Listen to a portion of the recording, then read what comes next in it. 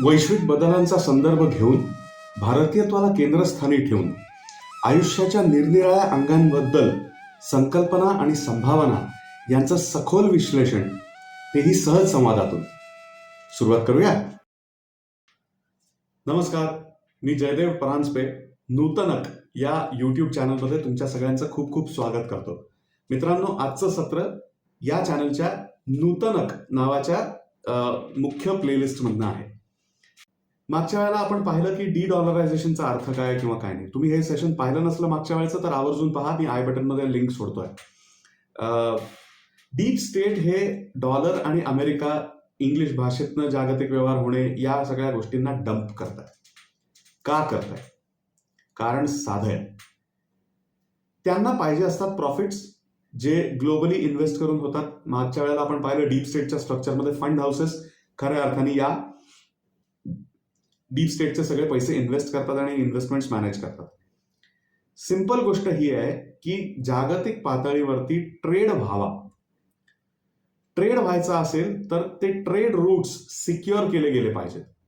ते सिक्युअर करण्यासाठी म्हणून तुमच्याकडे डिफेन्स बजेट पाहिजे. सिंगल कंट्री रिझर्व्ह करन्सी असलेला देश आजच्या घडीला तो म्हणजे अमेरिका. अमेरिका डेट घेतं, म्हणजे बॉन्ड्स इश्यू करतं, इतर 17 मार्गाने डेट गोळा करतं, की पैसे उधार घेतं बेसिकली, आणि त्याचं इंटरेस्ट त्यांनी देणं बनतं. आणि त्याच्या जोरावरती ते स्वतःची इकॉनॉमी चालवतात आणि जगभरचा ट्रेड सिक्युअर करण्यासाठीचं प्रामुख्याने डिफेन्स बजेट हा सगळा खर्च ते पोसतात. जेवढी त्यांची वर्षाला इंटरेस्ट कॉस्ट येते आणि जेवढं त्यांचं वार्षिक डिफेन्स बजेट असतं यांची तुलना करून बघा. त्यांच्या डिफेन्स स्पेंडिंग पेक्षाही जास्त जर ते इंटरेस्ट देत असतील तर याचा अर्थ डिफेन्सचा सगळा एवढा खर्च करणं, ग्लोबल ट्रेडची सिक्युरिटी बघण्यासाठीचा, हा त्यांना आता परवडेन असा होतोय. सो ज्या वेळेला annual interest spending on your debt exceeds your annual defence spending, त्या वेळेला समजायचं की डीप स्टेटला आता ह्या जॉग्रफीमध्ये इंटरेस्ट उरणार नाही. तशी गत अमेरिकेची झालेली आहे. आता ही आज झाली आहे का? तर नाही. बऱ्याच काळापासून ही गोष्ट घडत आली आहे, घडत आलेली आहे. तर त्याचा थोडाफार एक गोषवारा, एक इतिहास, एक आढावा आपण घेऊच शकतो. मित्रांनो, मागच्या वेळेला मी उल्लेख केला त्याप्रमाणे वर्ल्ड वॉर 2 नंतर 1 आणि 2 ज्या झाल्या त्याही कॅश फ्लोच्या कारणांमुळेच झाल्या. पण वर्ल्ड वॉर 2 नंतर विशेषतः single country reserve currency status हे ग्रेट ब्रिटिश पाऊंड वरनं उचलून अमेरिकेला उचलून नेलं यांनी आणि डॉलरला दिलं. जगभराचा ट्रेड सिक्युअर करणारे US, अमेरिका ही त्या अर्थाने सुपर पॉवर म्हणून तयार झाले. या सगळ्या प्रकाराला ब्रेटन वूड्स असं काहीसं म्हटलं जातं. तर त्याच्या अजून खोलामध्ये आत्ता इथं जाऊया नको.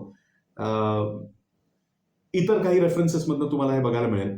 म्हणजे मागच्या वेळेला पण मी तुम्हाला सांगितलं त्याप्रमाणे जयपूर डायलॉग्स वरती सध्या हे चाललेला हा जो काही सगळा चर्न आहे, जे काही मंथन चाललेलं आहे, त्याच्यामधलं विचार मंथन सर्वांगीण पद्धतीचं किंवा निरनिराळ्या अंगाने हे तुम्हाला जयपूर डायलॉग्स वरती बघायला मिळेल, जे संजय दीक्षितजी संचालित करत असतात.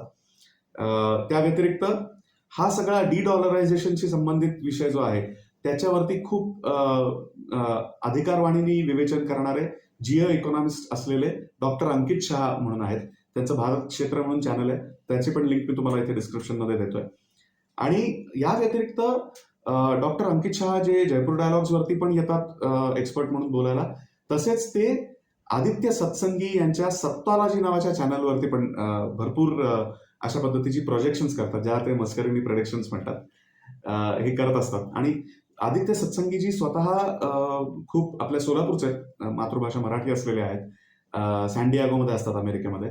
पण त्यांनी जगभरामध्ये सनातनाचा एक खूप छान पद्धतीने शोध घेतलाय. त्यामुळे आदित्यजींचेही सोलोज तुम्हाला बघायला अतिशय रोचक वाटतील. त्यांच्याही लिंक्स शेअर करतो. परत येऊया विषयाकडे. युरोपमधनं बरेचसे लोक उठून न्यू वर्ल्ड म्हणून अटलांटिक ओलांडून या तथाकथित नव्या भूमीमध्ये गेले, स्वतःची मातृभूमी सोडून. लक्षात घ्या, असे हे लोक आहेत जे केवळ पैशासाठी, प्रॉफिटसाठी तिकडे गेलेले आहेत आणि ते आज हे सुपर पॉवर म्हणून करत आले. सो कम हेल कम स्टॉर्म, काही हो, ते हे स्टेटस मेंटेन करायचा प्रयत्न करणार. मग तरी आज ते पगडी उतरवायला का तयार झाले? तर थोडासा इतिहास बघूया. वर्ल्ड वॉर 2 नंतर त्यांना हे स्टेटस तर मिळालं, पण पुढे त्यांच्या हे असं लक्षात आलं की अरे गोल्डला पेग करून आपण जेवढी करन्सी छापू शकतो तर ती आपल्याला जागतिक डिफेन्स बजेट सस्टेन करायला पुरणार नाही.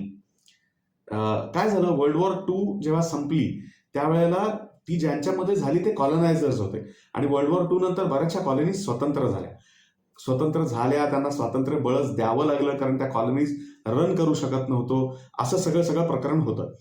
तर त्यामध्ये झालं असं की ते डिफेन्स स्पेंडिंग जेवढं लागेल जगभरामध्ये गुलाम राष्ट्र नसताना असं हे जे होतं तर ते डिफेन्स बजेट जास्त लागायला लागलं. म्हणून मग त्यांनी गोल्डला पेग करायचं सोडून दिलं आणि त्याच्याऐवजी तत्कालीन अतिशय डिमांडमधला असलेला रिसोर्स किंवा कमॉडिटी म्हणजे क्रूड ऑइल त्याला पेग करायचा प्रयत्न केला.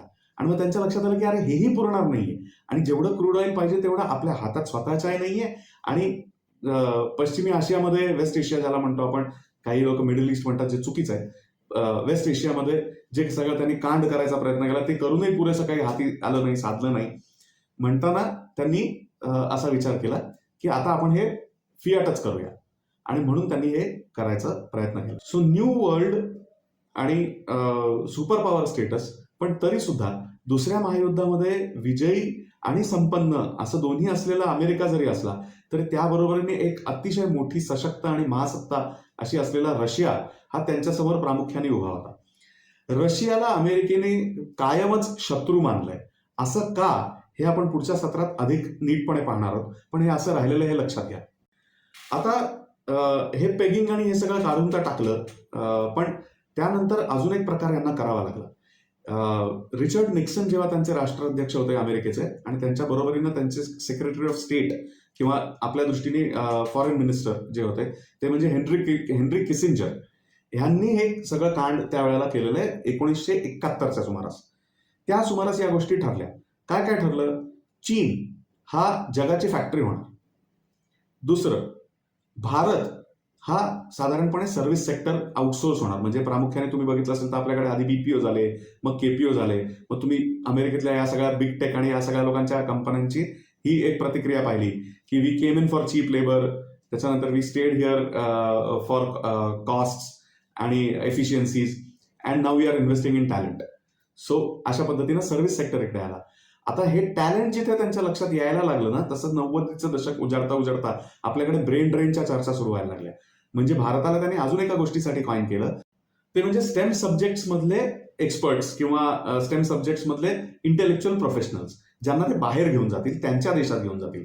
सो टॅलेंट हंट अशा पद्धतीनं त्यांनी इंडियासाठी म्हणून बघायला सुरुवात केली. या व्यतिरिक्त अजून एक फार मोठी गोष्ट झाली ती म्हणजे तत्कालीन फार महत्वाचा रिसोर्स ज्याला आपण ऑइल म्हटलं, त्याच्यात वेस्ट एशियामध्ये त्यांनी सौदी अरेबिया बरोबर पेट्रो डॉलरचं अग्रीमेंट केलं की तुम्ही ऑइलचा ट्रेड जगभरामध्ये जो काही कराल तो डॉलरमध्ये करायचा, सो दॅट डॉलर चालू राहील आणि त्या बदल्यामध्ये डिफेन्स स्पेंडिंग आहेच आहे तर आम्ही त्या बदल्यात तुम्हाला सिक्युरिटी देऊ. हे एक पद्धतीचं होतं. असं म्हटलं जातं की हे अग्रीमेंट कागदावरती कुठेही नाही, पण ही बोलीचाली झालेली होती हे मात्र सर्वश्रुत आहे. दोन्ही खरं आहे. काय फरक पडतो? डॉलर चालण्याची कारण ही गोष्ट होती.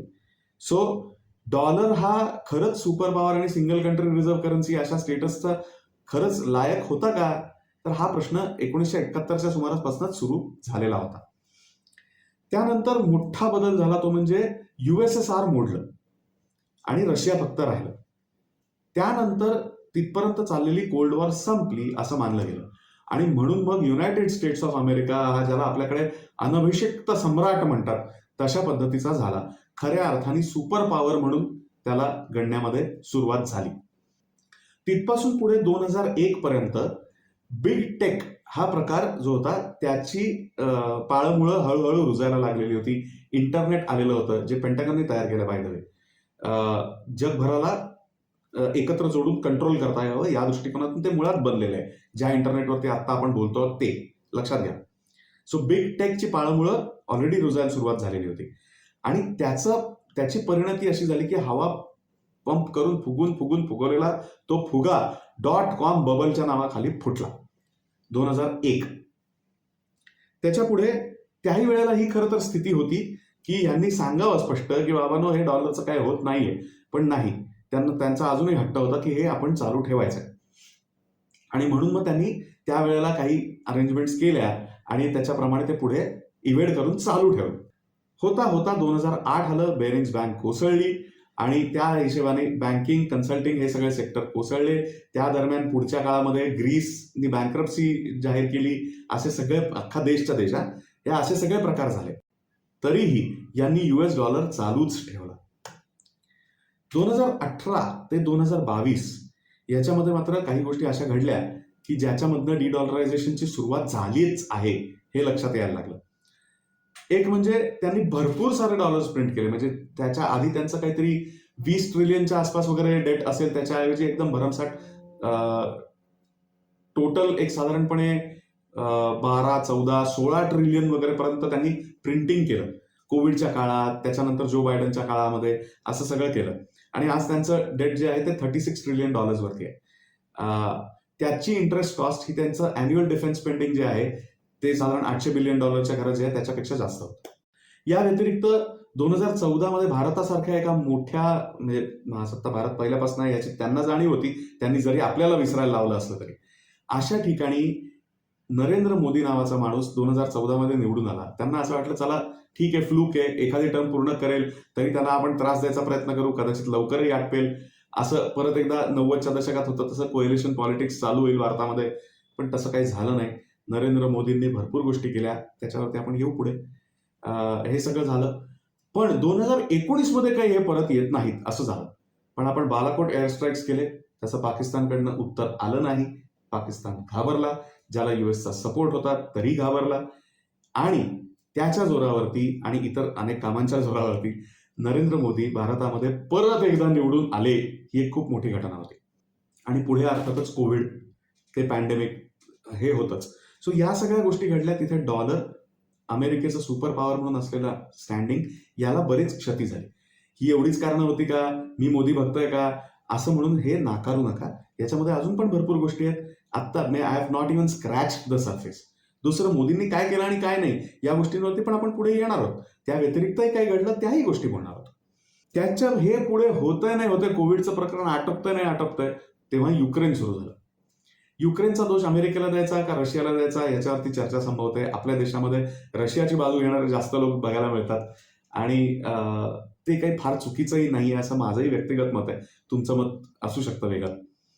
आता प्रश्न असा आहे की अमेरिकेने हे सगळं करायचा जो प्रयत्न केला त्याच्यामध्ये अमेरिकेच्या भोवती त्यांनी एक तयार केलेलं जे टर्फल आहे त्याच्यामध्ये 5 आईज म्हणतात, म्हणजे अँग्लो सॅक्सन देश जे आहेत, म्हणजे अमेरिके व्यतिरिक्त कॅनडा, UK, ऑस्ट्रेलिया आणि न्यूझीलंड हे, त्या व्यतिरिक्त साऊथ अमेरिकेमधले काही हे जपान, साऊथ कोरिया, फिलिपिन्स अशासारखे काही देश, हे सगळं अमेरिकेचं एक प्रकारचं कवच होतं की पहिला जो काही जोर येईल ना मार पडल्याचा तो ह्यांच्यावरती कोसळेल. आणि तसा तो झालेला आहे. आता ती कवच फुटलेली आहेत. आता अमेरिका उघडी पडायच्या बेतात आहे. इतकं त्यांचं हाताबाहेर गोष्ट गेलेली आहे. आणि ज्याला getting crushed under own weight असं म्हणतात, म्हणजे भार सहन होत नाही आणि आपणच त्याच्या खाली दबून पार आपला चेंदामेंदा व्हायची पाळी आहे. तर अशी परिस्थिती अमेरिकेची व्हायला लागलेली आहे. हे जिथे अमेरिकेच्या लक्षात आलं तिथं आवडो की न आवडो डिडॉलरायझेशन आणि सुपर पॉवरचं स्टेटस सोडणे या गोष्टीला अमेरिका तयार झालेली आहे. जी गोष्ट त्यांना सोडवत नाहीये अजूनही ती म्हणजे white man's supremacy, white man's burden. म्हणजे गोऱ्या माणसाचं हे दायित्व आहे की त्याने जगाला तारावं असं त्यांनी स्वतःलाच सांगून घेतलेलं, दुसऱ्या कोणी नाही. आणि हे किती बरोबर आहे किती चूक आहे याच्यावरती आपण वाटेल तेवढ्या चर्चा करू शकतो, ज्याची आता आवश्यकता नाही. पण हे असं त्यांची मान्यता आहे. त्यामुळे ही एक गोष्ट फक्त ते सोडायला तयार नाही. आणि बरं या सगळ्या परिस्थितीत अक्कल शिकवायला येणार कोण? भारत. आणि ज्याला दुश्मन मानला तो रशिया. आणि हे त्या व्हाईट मॅननी ऐकायचं, अँग्लो सॅक्सननी ऐकायचं, हे जरा पचवायला अवघड जात आहे. सो अमेरिकेला डिडॉलरायझेशन मान्य नाहीये का? आहे. पण अक्षरशः पगडी उतरून मान बाजूला ठेवायची गोष्ट आहे त्यांच्यासाठी. आता हे मुकाट्याने करतात का मुजोरगिरी माज करून करतात प्रश्न वेगळा आहे. पण अमेरिका पगडी उतरवते, डिडॉलरायझेशन आणि हे सगळं अमेरिकेला मान्य आहे आणि ते त्या दृष्टीनेच पुढे जात आहेत. ही गोष्ट लक्षात घ्यायला हवी. मित्रांनो, वैश्विक बदलांची पृष्ठभूमी ही आपली सिरीज जी आता सुरू आहे ती तुम्हाला आवडत असेल, इथे सगळे विचार जे मांडले जात आहेत, जे विवेचन केलं जात आहे ते तुम्हाला आवडत असेल तर व्हिडिओला लाईक करा, शेअर करा, कमेंट करा, चॅनलला सबस्क्राईब करा, हे आवर्जून करा.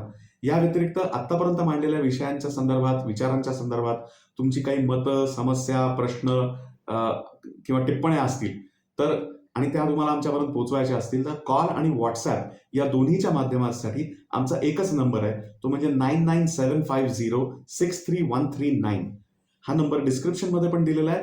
डिस्क्रिप्शनमध्ये एक डायरेक्ट व्हॉट्सॲप चॅट लिंक पण आहे, त्याच्यावर क्लिक केलं की आमची व्हॉट्सॲपची चॅट विंडो डायरेक्टली उघडते. आवर्जून संवाद साधा, संपर्क साधा, कारण आपल्याकडे म्हटलंच आहे, वादे वादे जायते तत्वबोधाः.